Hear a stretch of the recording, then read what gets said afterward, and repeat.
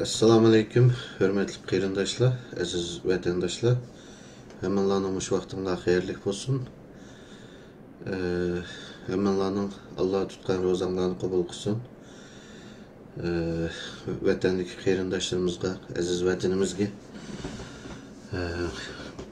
zulüm astıdı mı, fırsat astıdı mı, yine dini itikadını, Allah'ın imanını saklaşka, Allah güç kuvvet versin. Assalamu alaikum emanlağa. Yeni bir qitim salam qarindaşlar. Ben Dilyar Musa Bay. Bugün bir ciddilam naq meydan qilib qoldim.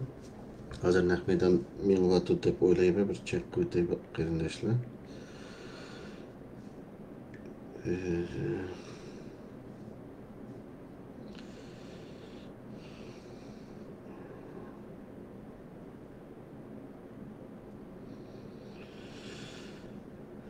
Söhbətimizdən başlayalım qarindaşlar.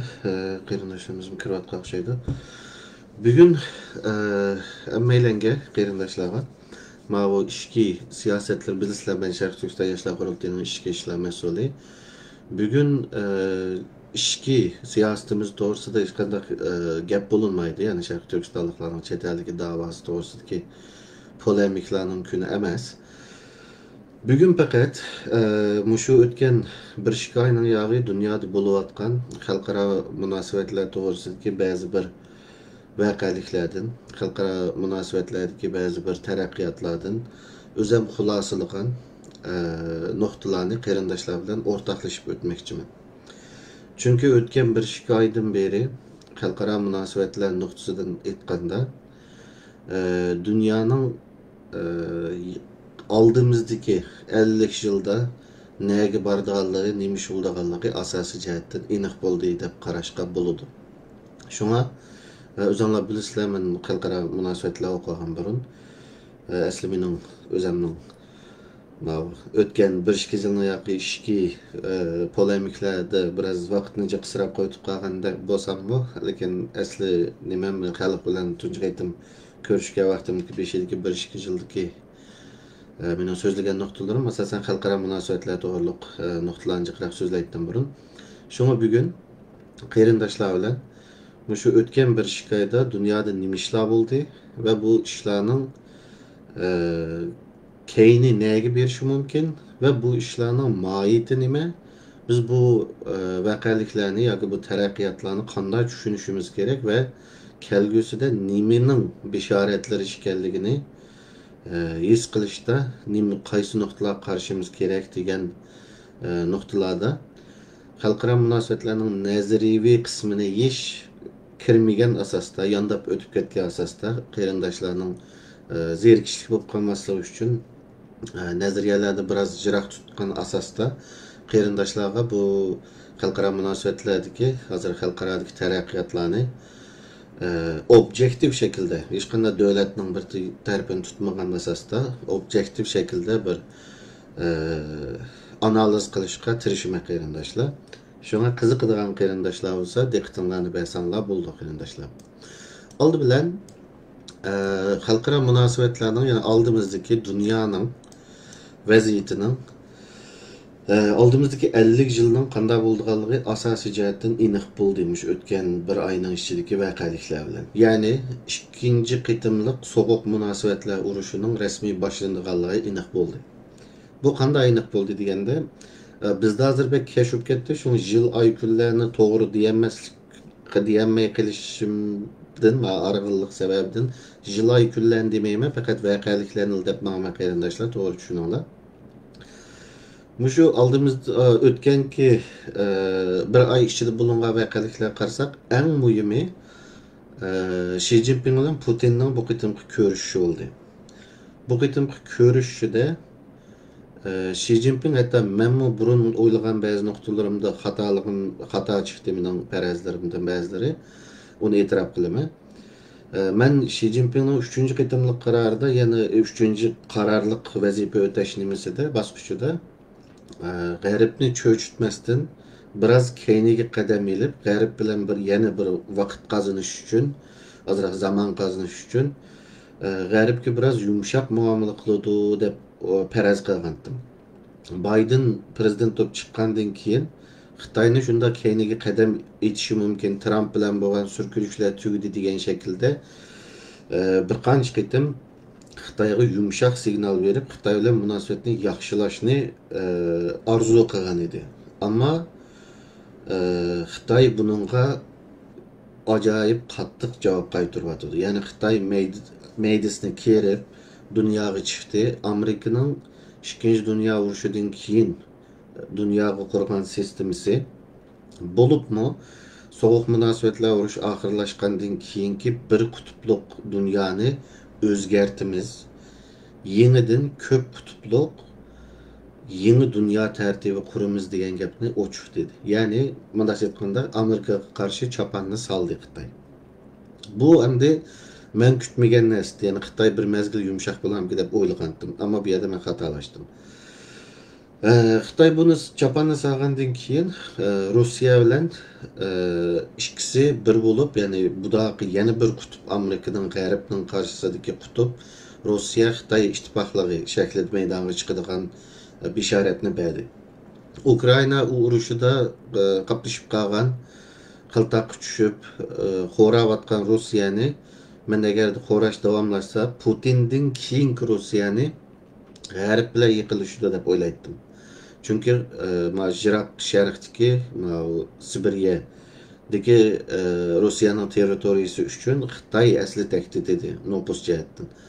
Ammo hozir Rossiya urush tugumay turibla, bu Putinning davri tugumay turibla Xitoyga bağlangandek bir ahvol yuz berdi.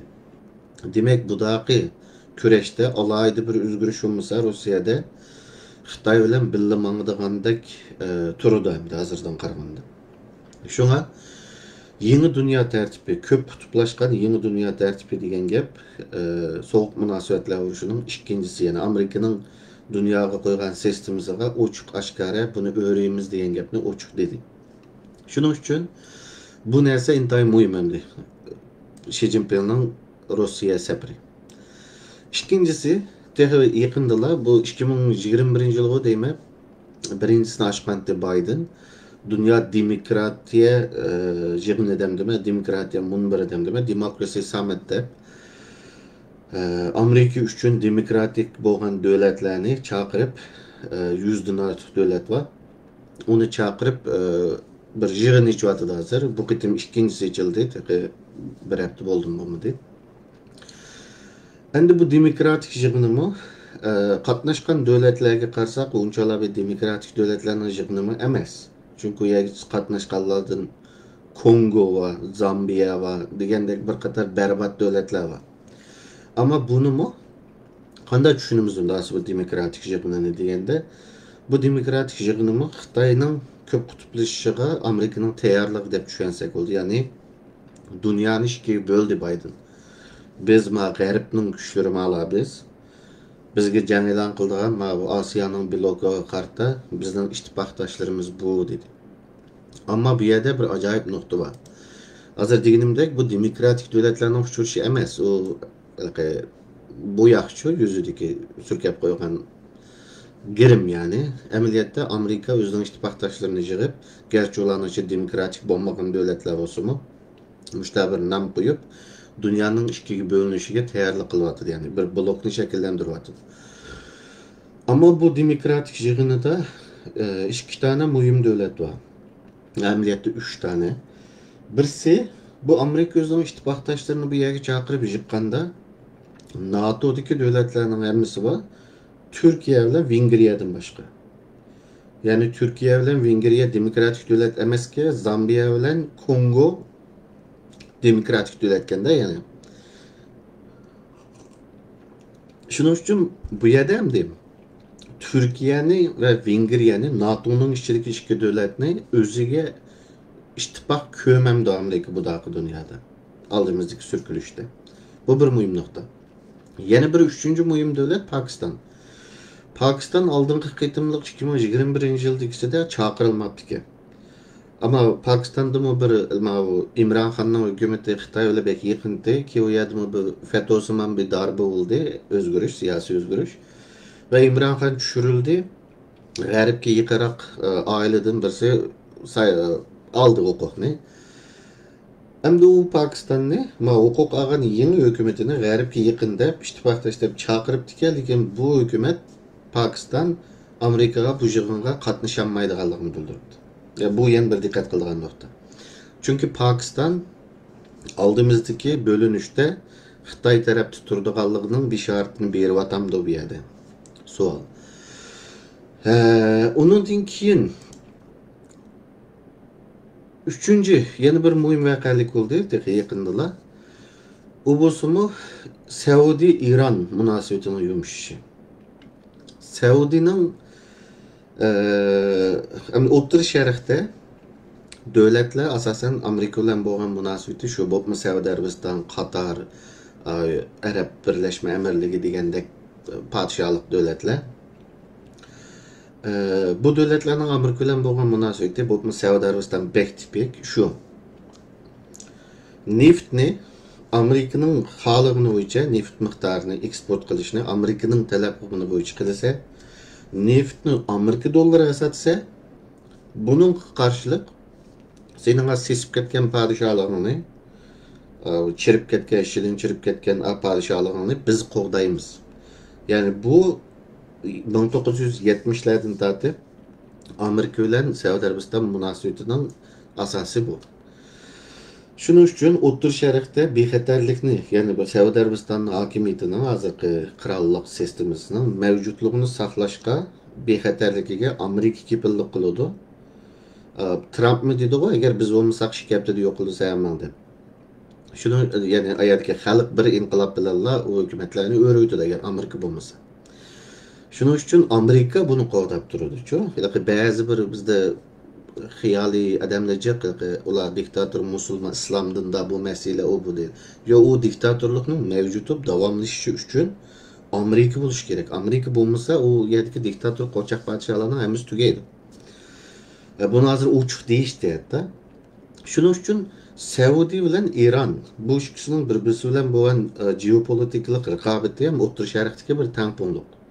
Ama bunu Xitoy kelib ikisi bilan ko'rishib bunu yumshatgan gap. Ve Saudi Arabiston Shanxay hamkorlik tashkilotiga kuzatuvchi bo'lib qatnashish oldi. Ondan keyin rayonning yana bir muhim davlati O'rta Sharqda 4 tane muhim devlet var.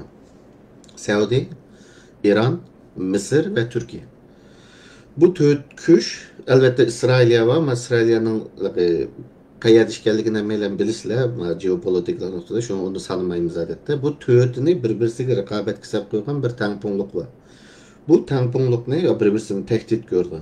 Bu tangpunluqni Xitoy buzdi degan gap. Ve Saudi Shanxay hamkorlik tashkilotiga kirdi degan gap. Endi Saudining oldida qanday kunlar oldu bu nihoyatda qiziq nuqta. Onun kendin Türkiye'nin Shanxay hamkorlik tashkilotiga kuzatuvchi kirganiga xili bo'ldi hozir bir qancha yil. Shuning uchun bu Xitoyning geopolitik ittifoqdoshlarida bo'libmi O'rta Sharqning xavfsizligini Amerika saqlaydi degan bir tüzümge, yani bu bugünkü dünya tüzümünün bu maddesini öğrüş için Xitoy kelyapti ve Saudi'ni bununla keltirişi menimce nurg'un adam o'ylab bakmagan işte bu. Endi Saudi nima uchun bundak muhim? Saudi'nin tamam bu bir podshohlik, Amerikamiz yo'q oldi, Xitoy kelib shu xavfsizlikni bera olamdi bunga degan bu nuqtani tushunamiz hamimiz. Bera olsa Saudi belki Amerika'dan yeni şey ya ki özü tanışı mümkün ve müstakil devlet buluş nemisi öyle. Lakin Amerika bunun nemişçi yol koymaydı. Saudi nemişçi mühim Saudi Arabistan. Saudi Arabistan'ın en mühim yeri petrol, neft ve neftinin Amerika dolarına satılışı. Neft eksport kılanda Amerika dolarına iliş gerek, Amerika dolara satış gerek. Ondan sırt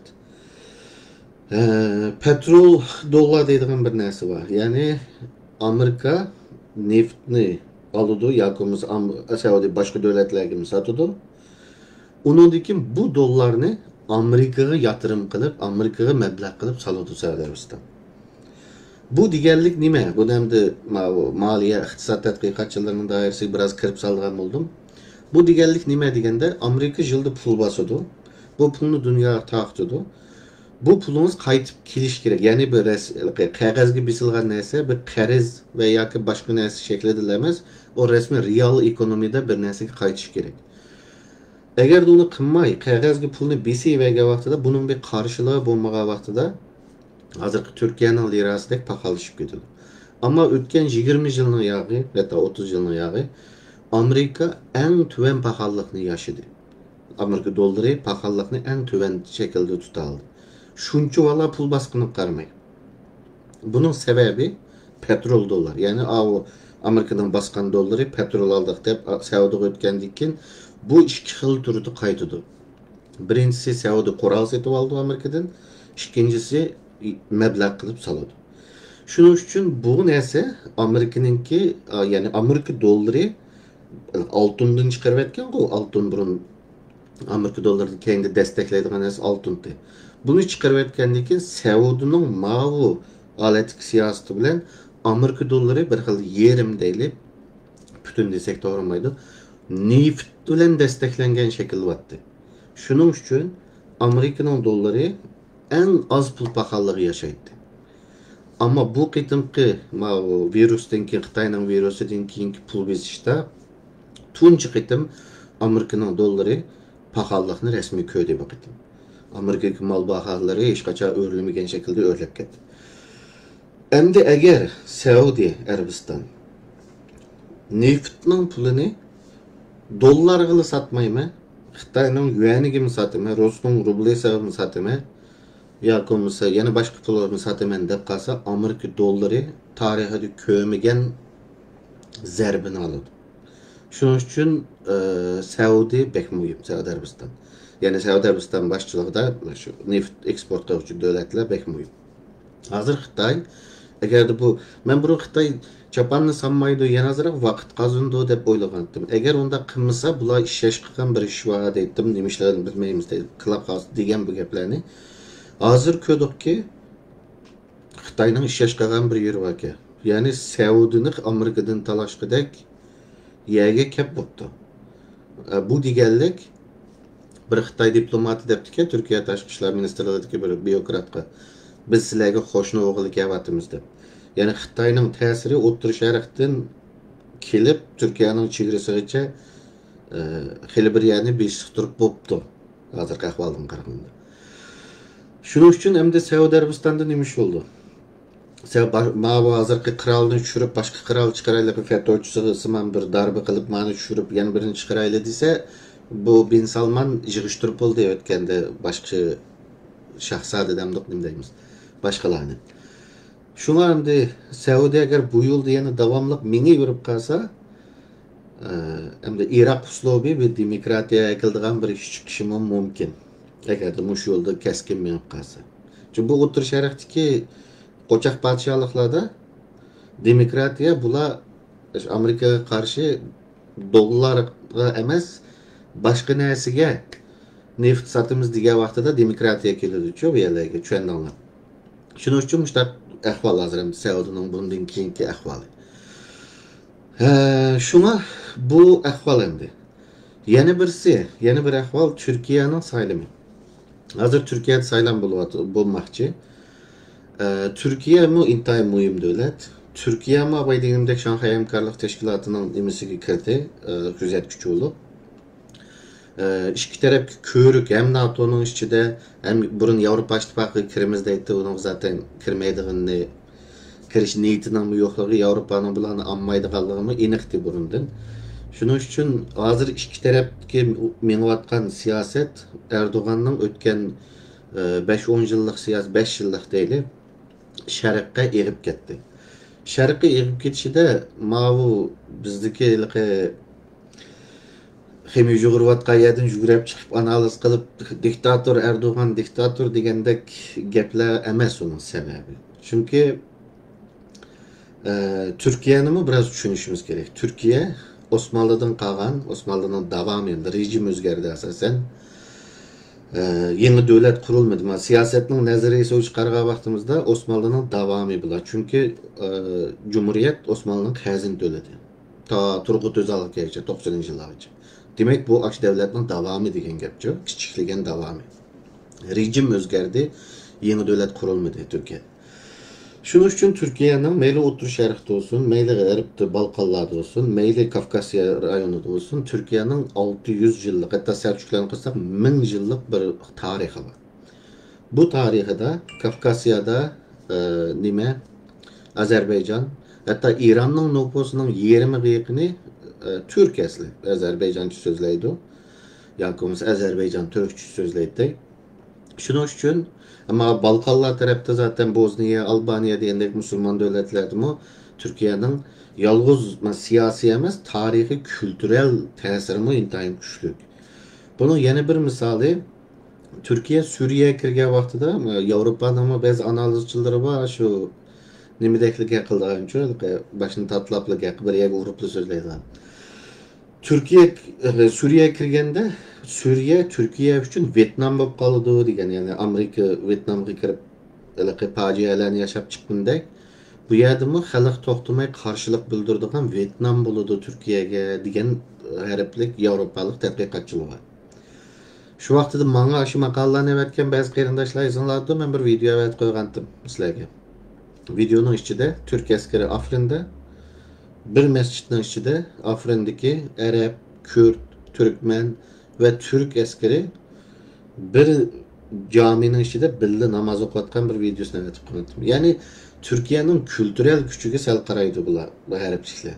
Bu yerde 600 yıllık tarihi var Türkiye'nin için. Şunun için bu yerlere kirişi Amerika'nın Vietnam'a kirişi, Amerika'nın Irak'a kirişi okşamaydı. Türkiye'nin kirişi onda olmaydı. Ve 600 yıllık tarih bolğanlığı üçün Türkiye'nin iki kanatını bağlap, keplerini bağlagandek tutmasa Amerika, Türkiye kadetini iç bulvarsa Şərqə ve G'arbga təsirini kengaytır. Hem devletler işte özünün işçide toyunğandayken kanatını açıdığan iş olur için. Şunu Türkiye'ni bağlayımız dep, çın tutumuzda Mayınığa PKK'lık YPG korallık güçlerin Suriye'ye tizip ABŞ'de da Gresiyani güçlendirdi. Ama Türkiye'nin şu hava, hazır deniz armiyası mı koşuldu bununla ciddi yeni teknolojilerini özü işlep çıkarıp küçüğüşü bilen bu Gresiyani bilen YPG'nin uruşçuları bilen kanatını bağlap bulamaydıqanlığını köygen Amerika Türkiye'nin çevresinin 40 kilometre neresi Dede Ağaç'a asker javatıda hazır. Türkiye'nin çevresi de Amerika askerler var. Neçimalı. Ve nimeler var hazır. Tankayu askeri neslerini, maşallarını yığıvettim. Şuna Türkiye bu ahvalda Xitayga veya ki Rusya'ya yıkılışka mecbur. Yıkılışıp durup mağı özünü korşap kanat bağlavatkan nesini bunun kutuluşka, bunun seyirlişka tirişip geldi hazırlayıcı. Ama Şanghay Emkarlık Teşkilatı'na küzet gücü oldu hem de resmi əza oldu diyen gep Türkiye'ni bırak Xitay tarafga iştirip etti diyen gep. Bulup mu? Burundan tartib Gretsiya Türkiye meselesi de ikisinin rekabeti de Amerika bir taraf duradı. İkisi NATO'nun əzası, ikisi yaxşı muamele kılımız dep bir taraf asasda ikisiga okşaş muamele kıladı. Ama ötken 3 yıldan beri bu özgerdi. Yani Gretsiyanın doğru Türkiye diktatör Erdoğan padişah o bu diyen nesi. Bunun bilen Türkiye'ni Xitayga texmi yıkıllaştırıp etti Amerika'nın siyaseti. Şuna emdi Türkiye'nin saylımı da nimiş oldu. Saylımı da hazır Türkiye'nin işki saylımını sözleşmesek mi buludu yani işki siyasetini bilisle işki bölündü Millet İttifakı, Cumhuriyet İttifakı, Cumhur İttifakı da prezidentlik 4 kandidat kaldı hazır. Bula prezidentlik düşürdü saylımıqa. Ama bizden qeyrindaşlar mavu g'arib dünyasındaki bizden medyadaki bu ikinci soğuk münasebetler uruşuğa tayyorlab qilib deyilayotgan so'zlarni shu pete yutib. Mesela Erdoğan'la diktatör bular çüp kesse bunun orada keldiğanları acayip demokrat bular g'aribga yıkılışıdı degan ham xiyolga kirmayli. Çünkü undaq bo'lishi natay. Ha, Millet İttifakı'nın işçide mesela Ali Babacan'daki ve bir kancılardaki garipki yakın adamlar var. Garip'in e, maliye, finans deydi o, maliye organları bilen alakası var adamlar var. Bu Mehmet Şimşek'te burunki adamlar. Ama Mehmet Şimşek bu kıtım Erdoğan kayıl kılanmadı. O saylamda AK Parti tarafından koşulmaydı burunki maliye bakanı. Şuna bunda kademler var. Gayrıtman maliye kaynakları, menbeleri, kredi şirketleri, o bu kayaz yurduğun şirketler bilen münasebeti yakın adamlar var. Millet ittifakının içinde.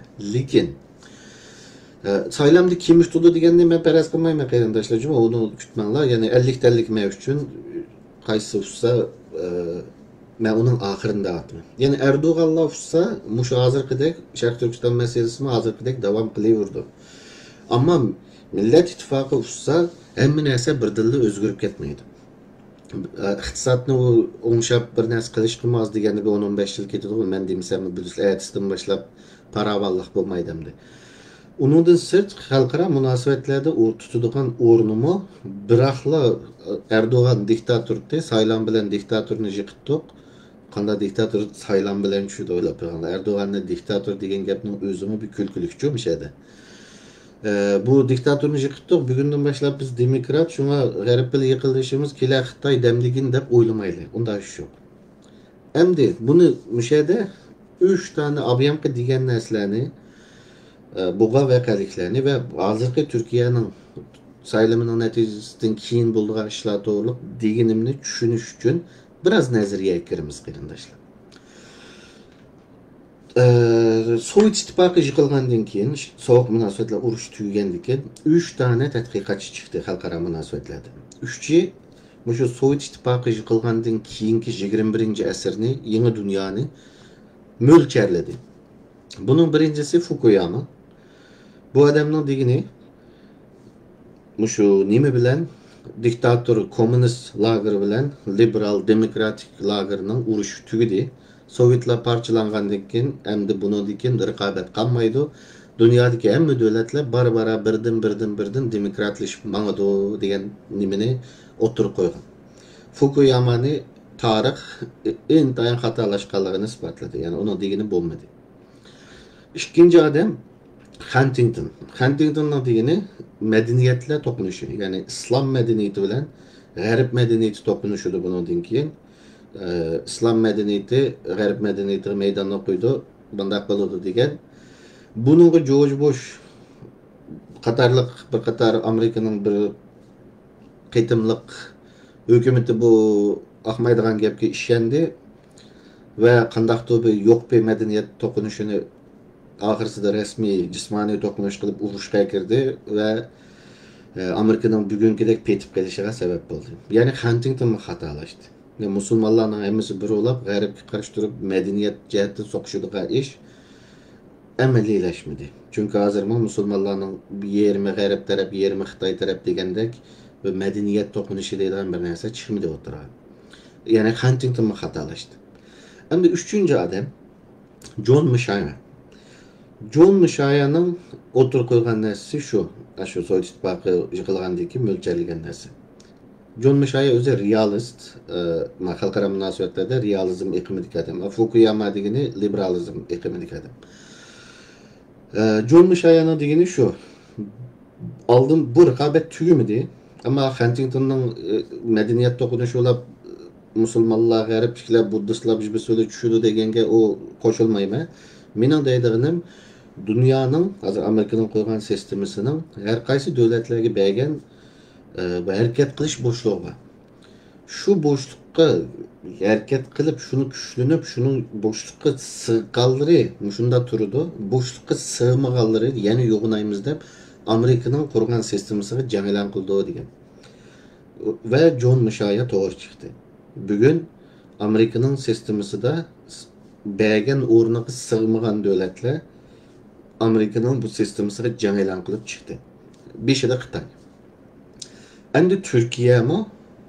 Şu John Mishaya'nın nazariyesi ucutqanda, yani bir adam var George Friedman dep, o mu burundan deyiglik. Türkiye mi şu? İşçide toyungandan keyin işçide küş yitilgandan keyin to'xta biz Lozanda nelerni jutdadik. Onundan burun nelerni jutdik. Kıbrıs qanday ketdi qo'limizdan, Arallar qanday ketdi. Kerkük misaqi milliyning ichidagi yerlarni nima uchun ololmadik degan narsani o'ylashidi. Ya'ni kengaydi davlatlar uchun. Shuning uchun Turkiyaning bu narsani bog'lab turish uchun hozirgidek kelgan bo'lsa, endi masalan saylamda turyapti deylik Erdo'g'an. Yeni chiqqan hukumat dastlabki bir 3-4 yıl cık olsa, yoki 5 yıl. G'arb bilan yiqilishib, uningdan nima ilib, qarz ilib, IMF yuguraydi aniq. IMF'dan qarz ilib degandek bu nimani biraz iqtisodiy ahvolni o'ngshag'andan keyin Gretsiyaning kirayotgan orollarini tamom sizlarga berdik deydigan holi yo'q. Mao chegaraga tizib qo'ygan 70 ming YPG qurolliq adimi bilan bugundan boshlab sizlar terrorchi emas, kelinni quchoqlashayli deydigan holi yo'q. Chunki bir tahdid davlatga. Shuning uchun Millet İttifakı hükümet hikayesimi bularning G'arb bilan bo'lgan sherinayi eng jiq olsa 5 yil surdi. Ondan keyin yana Erdo'g'an demiş qilmasa shu yerga qaytib keldi. Bu realizm iqimi nazariyasida buni ko'ra olamiz. Chunki realizm iqimi shuni deydi. Bir davlatning demokrat yoki diktator va yoki podshoh yoki raib bo'lishining hojati yo'q. Har qanday davlat xalqaro munosabatlarda o'zining xavfsizligi va o'zining manfaatiga kelgan vaqtida yana shu boshqasi qildiganni qiladi deydi. Ya'ni Turkiyaga Erdo'g'an tushib boshqa bir chiqsimi yo uni o'rniga Osmanlıning xon jamiyatidan birisi qaytib kelib podshoh bo'lsa-mu, Turkiyaning qiladigan ne ishi tashqi siyosatda uzul kesil 90 gradus dramatik o'zgarish bo'lmaydi.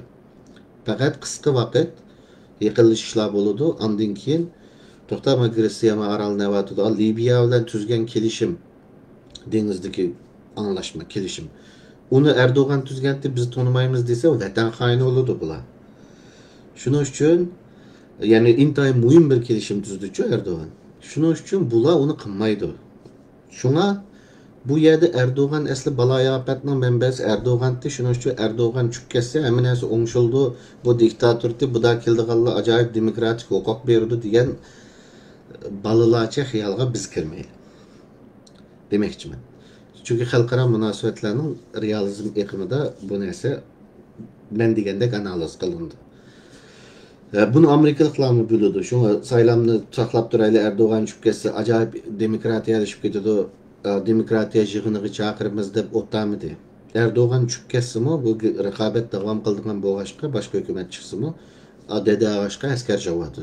40 kilometr İstanbulning bayqatli.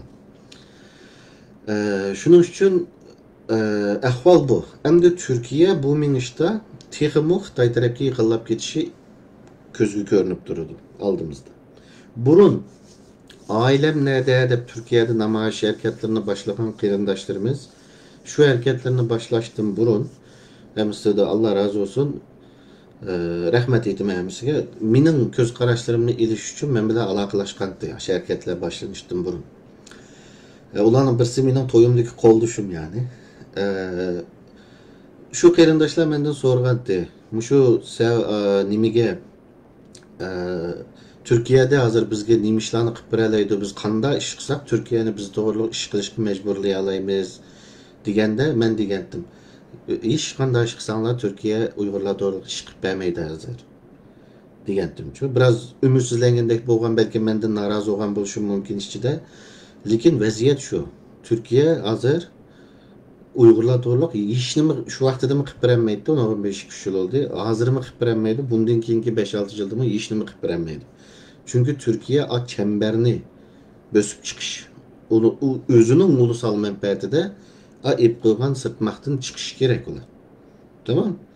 Şunun için Türkiye'ye hazır Uygurlarınki nimisiga vaqt ajırtıdığan, zihin ajırtıdığan yer demez. Hatta ki zihin ajratsa Uygurlar tarafı tutup gap kısa özünün akılvatqa işiga ziyallık buludu.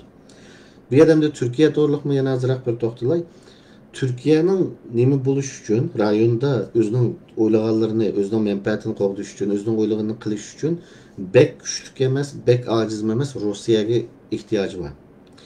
Rusiya bilan birleşip durup, G'arbdan keldigan besimlarga qarshi ayada özünün nimisini qoğduş gerek menfaatini. Şunun için bu Suriye'nin astığı qatası Kürtlerini tizip koygan Amerika eski mi o eski uğraş şunda kalamdı. Bu çemberden çıkımen degan Türkiye yaxşı mı? Yakımız Ruslar yaxşı mı? Şu eski mi? Bu emas ki. Yani hamma devlet o'xshash. Xalqaro munosabatlarda uchun davlatlarning hammasi o'zining manfaatini qo'llaydi. Amerika bir dünya xarakterlik hegemonik bir kuch. Hegemonik kuch degan nima deganda boshqa davlatlarni iqtisodiy, harbiy, siyosiy, diplomatik, yumshoq kuch, kültür hammasini ishiltib turib, mush kuchlarni boshqa davlatlarni o'zining manfaati to'g'risida bir ish qilishga majburlaydigan kuchlarni biz hegemonik kuch deymiz. Yani Amerika yer şarı xarakterlik hegemonik kuch. Shuning uchun Amerikanın dünyanın hamma yerida manfaati var. Manfaati var deganda bu manfaati var desek pulni o'ylaydi ekan qarindoshlar. Undaq emas. Manfaat degan shu, ulusal manfaat degan shu. Birinchisi xavfsizlik. Davlatning bexatarligi. İkincisi rafa, bu taraqqiy qilish kerak bir narsa. Üçüncüsü energiya hazır. Dördüncüsü yana bir degandek narsalarni qo'g'dish kerak. Shuning uchun Amerikaning dunyoga qo'ygan bu sistemasini saqlab minishi uchun Amerikaning dunyoga har bir rayonga qo'ygan bir qancha narsasi bor. Birinchi qoida rayon xarakterli kuch paydo qilmaslik ishiyadi. Mesela Türkiye güçlünüp rayon xarakterli kuchlanma deyapti hozir. Men Osmanlıning davomi, men bu Türkiye'nin bu coğrafyasida chegaramni bu yerda qo'g'dimayman. Men chegaramni o Balkanlarning o Albaniyada qo'g'dayman. Chegaramni va Türkiye'nin chegarasida qo'g'dimayman, 30 kilometr Suriye'nin ichida qo'g'dayman. Ve menfaatimni bu Antalya'nın sahilida qo'g'dimayman. Men al Libya'nın Afrika'da mening menfaatim Eşer'den başlanıyordu. Şunun için Eşer'de qo'g'dayman da Türkiye qepidan 90 yil kirib ketgan qepidan chiqib o'tdi. Amerika bir hegemonik kuch bo'lgankan buni qisish kerak. Qismasa xalqaro munosabatlarning formulasi shu. Bir rayonda rayon xarakterli kuch chiqarsangiz, o rayon xarakterli kuch texmi yo'g'inab ketadi. Shuning uchun Amerika hamma yerda rayon xarakterli kuch chiqmaslik uchun hamma davlatlarni işte qisib qo'ydi. Bu dunyoviy bir global kuchning, hegemonik kuchning qilish kerak bo'lgan narsa. Amerikaning o'rniga Saudiya bo'lgan bo'lsa, xalqaro kuch u o'xshash qiladi. Amerikaning o'rniga Xitoy bo'lgan bo'lsa, texmi vahshiy qiladi bu. Shuning uchun bu davlatlarning yaxshisi, eskisi yoki o'miqi, seti, diktatori, demokratiya, yani bizimisi yo'q. Hammasi o'zining manfaati uchun qiladi ishni. Va davlatning ichidagi rejimning demokratiya va boshqa tuzum bo'lishi, podshohlik bo'lishi, qirollik bo'lishi, yana bir narsa bo'lishi hech qanday xalqaro munosabatlarning teshidagi narsalarga hech qanday demaydi, xato bo'lmasin, cho'ng ta'sir ko'rsatmaydi. Hammasi yana o'xshash qildi. Masalan, Amerika'nın mesela Xitoyni demokratiyalashtirdi deymiz-ku. Amerika bek havaskor Xitoyni demokratiyalashtirishga. Xitoy demokratiyalashgandan keyin o'ylab qo'yinglar. Biz burun kommunistlar eskitdi, biz bugun demokratik oldik. Gomindan qaytib keldi, ya bizning bo'ldi. Bundan Diaoyuda bizning emas. Yaponiya bizni kechir, Diaoyuda demaymiz, bundan Senkaku Arl deymiz. Al sening bo'lsin. Demdi demokratiyalashgan bir Xitoy. Yani Xitoyning kommunist bo'lishi va yoki demokratik bo'lishi uning chegaraning sirtida boshqa davlatlar bilan bo'lgan raqobatini, uning disputini deymiz, talash tortishlarni, jidallarini o'zgartmaydi, yana davom qildirishadi. Bunun yana bir tipik misoli Birinchi Dunyo urushida qatnashgan Sovet ittifoqi. Urush qilayotgan vaqtida Gökbeda inqilob bo'lib ketdi, bolsheviklar nimani qo'qaylab oldi, urushdan chekindi, tamam bu yerda o'zgarish bo'ldi. Ama urushdan chekinganlar 1920'da yana qaytadan kengashga boshladi. Ozarbayjon u yerga kirishga boshladi. Ya'ni Char Rossiyami qaysi tuproqlarni kontrol qilishning, Sovetning Char Rossiyaning menfaati uchun qayerlarni kontrol qilishni muhim ko'rgan bo'lsa, keyin chiqqan Qizil Rossiyami yana shu yerlarning muhimligini to'nib yetdi tez suratda va Char Rossiyaning bular xato qildi, urushga kirib bizning hamimizni vayron qildi, xalqni deb Sykes-Picot kelishimini oshkorlab etgan kommunistlar, bolsheviklar 2 yildan keyin Char Rossiya nima ish qilsa o'xshashni qilishga boshladi xalqaro sahnada.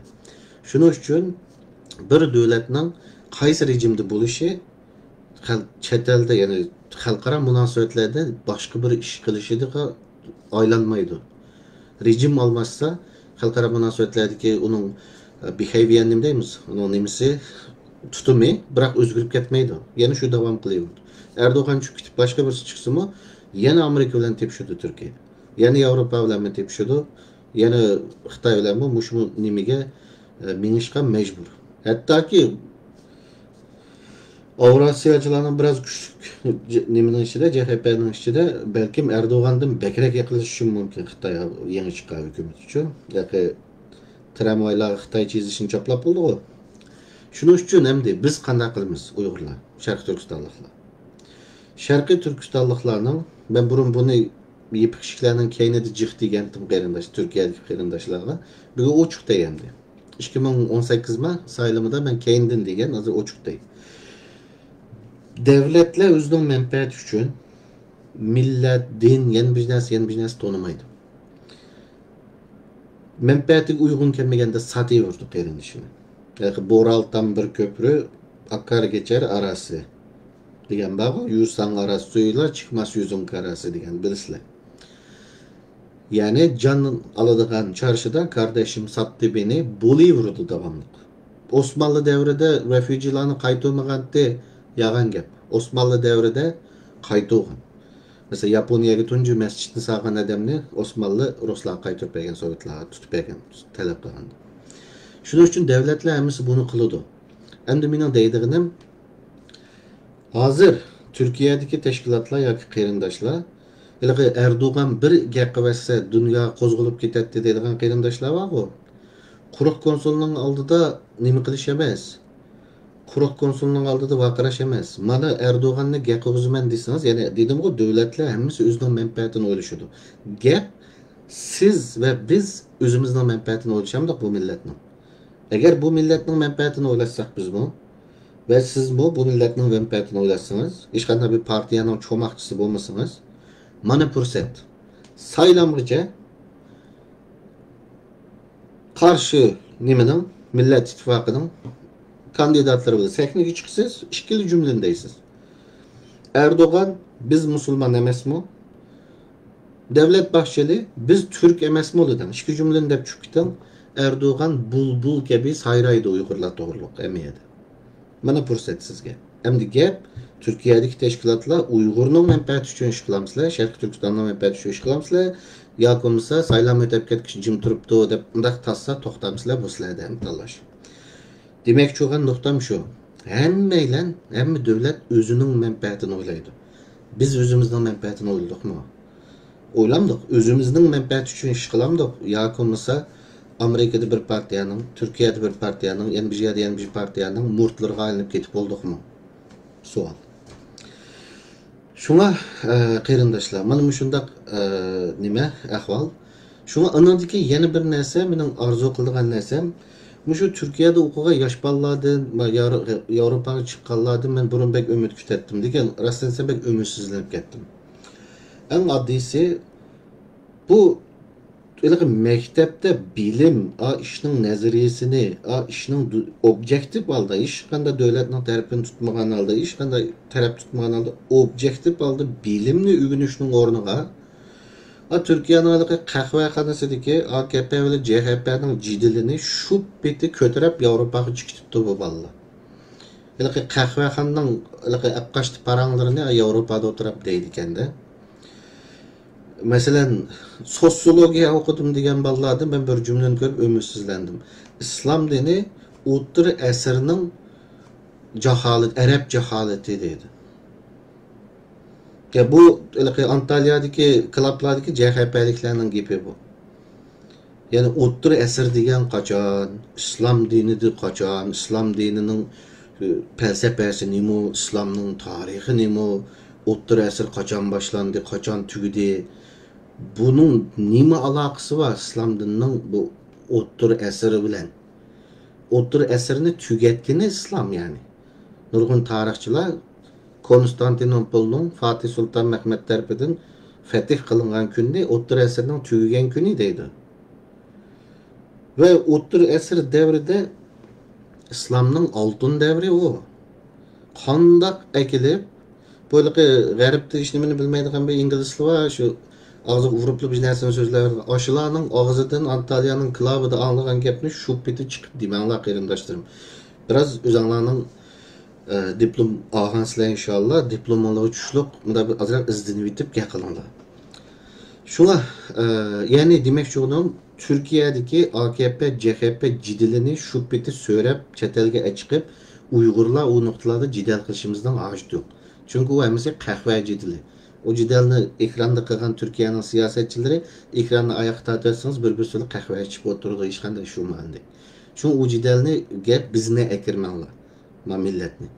Zaten Amerika'da FETÖ ile Erdoğan'ın cidiliğe ekirgen bir FETÖ'cü Xitay'dan birisi var mı? Şu yeter bizge. Tamam. Türkiye'nin ya yanbijyanın hem cidiliğe bu milletni söylep kirmenler. Yaş ziyaliler. O da kırmanlar. Şunun için qarindoshlarım, gapning xulosasi dunyo ikkiga bo'linyapti. Xitoy rasmiy bo'ldi va muhim peshkalarni, muhim toshlarni o'z tarafga tatqanligining bishoratini berdi. Bunun birincisi Rusya, ikincisi Pakistan zaten shular taraf tutdi. Hükümet o'zgargandan keyin Pakistan yana Xitoy taraf turganligini bildirib, Amerikaning demokratiya sammitiga bormaydigan bo'ldi. Onundan sonra en mühim taş Saudi Arabistan. Saudi Arabistan ketkense mehabay deginimdek çoğun ihtimal aldığımızdaki günlerde Saudi'nin diktatörlüğünü tüyütüp Saudi'ga demokratiya gelişi mümkün aldığımızda bir 20% ihtimalini bunu hep koyaydı da oylayma. Onun kendinden Türkiye. Türkiye'nin azırkı iştirilişi bilen şu Gresya, Türkiye ikisinin buna rekabeti de Amerika'nın 70 yıldan 60 yılını yağı tutkan bir taraf muamelesini taşlap Gresya tarafı yan besişi bilen Türkiye'ni texim iştiriyordu ayakta. Şerhden blokalı. Hükümet almasını çoğun özgürüş olmaydı. 3-4 yıl yumuşuşu mümkün. Her bir yıkılış, bir kazil, bir iktisadın oluşu mümkün. Ama yani bir 5 yıldayken yine Erdoğan demiş kalımızda şunu kılışkan mecbur kalıyordu. Xitay Devyo dememiz Sinkako senin olsun demegini dek yine Türkiye'nin hükümeti mi o aralını Gresya'ya verdi. Şu Suriye'deki YPG bundakin erkeklik cançıları hep kabul kıldık demeydi. Şunun için qarindoshlar hem devletler özünün menfaatini ketawatıdı. Bizmi özümüzden menfaatini, maile özümüzdinkini qoğdaydigan bir kaldığımızı işilteyli. Yeni birisi xalqning qahvaxona cidellerini bu millet içimizge kirip o qahvaxonaning iki tarafiga bölünüp onun ahmas yağan cidelini biz chet elde qilmayli. Bu yerda albatta xalqning qahva cidil degan CHP ile AKP'li emas. Cherkovchi bilan Yevropadagi zaran ketishlarning cidilini şu bitti ko'tarib kirman aldirak azroq izzininglar oldi keyinni. O'tir asr degan nima, islom degan nima? Tamam, eğer xalısanlar o'tir asr degan nima, men bilan bir suhbat qilinglar, men sizlarga o'tir asrning nimaligini tushuntirib qo'yay. Va o'tir asrdan qanday chiqqanini tushuntirib qo'yay g'arbning. İslam dunyosi o'tir asr yoshimidi. Ha, manda danglar. 20. asr Arapça haleti danglar. Şudur, çünkü hazır yaşavatıdı Müslümanlar qara jaholatni. Ama sizlar o qara jaholat degan o'tir asrda Müslümanlar tasqalatdan ayga chiqib ushqidi. Tamam, yani bu bir yerde biraz abarttım. Anlatılmak istiyorum dedim. Şunun için dedim. Yani bütün ilimge asas sakallar Müslümanlar şu devirlerde, tamam. Robotik, algoritm, matematika, geometriya, yani bir biyologiya, astronomiya, yani hemisiga Müslümanlar şu vakti neymi sakın. Şuna o'tir asr dese, mesela işke, mesela desek oldu ki de, qahvaxonada anlavagan gapni şu peti chiqib demanlar. Okay, 20. asr Arapça haleti desenler, bugünkü cehaletke ben koşulamayım. Şuna aziz qarindoshlarım, bugün deydiğim müşahidçe belki kamqaga yerlerim buluşum mümkün, mesela uzun cıqaytıp sözlebekke yerlerim buluşum mümkün, doğru düşünüyorlar. Çünkü saat iş köp ketdi, ben bekçe tayyorlik qilolmayla chiqdim. Kallamdilla sözledim desem buldu. Şuna hemminla Allah'a emanet qarindoshlar, yani aldığımızda görüşkice aman bulunlar inşallah. Şarkı Türkistan Yaşlar Kurultayı'nın torbektidim mi, teşkilat doğruluk mu, nimeler berilip durdu, yanılıkla. Ama bugün şahsi namımdan, dünyadaki vaziyetini bir analizimni qarindoshlarla bir ortaklaşa deb chiqdim, boshqa tema yo'q. Şuna hemmeyle Allah'a emanet, Allah tutkan rozanlarını kabul kılsın qarindoshlar. Vatandagi qarindoshlarni duaringlarda herkes unutmanglar. Hemen Allah'a emanet qarindoshlar.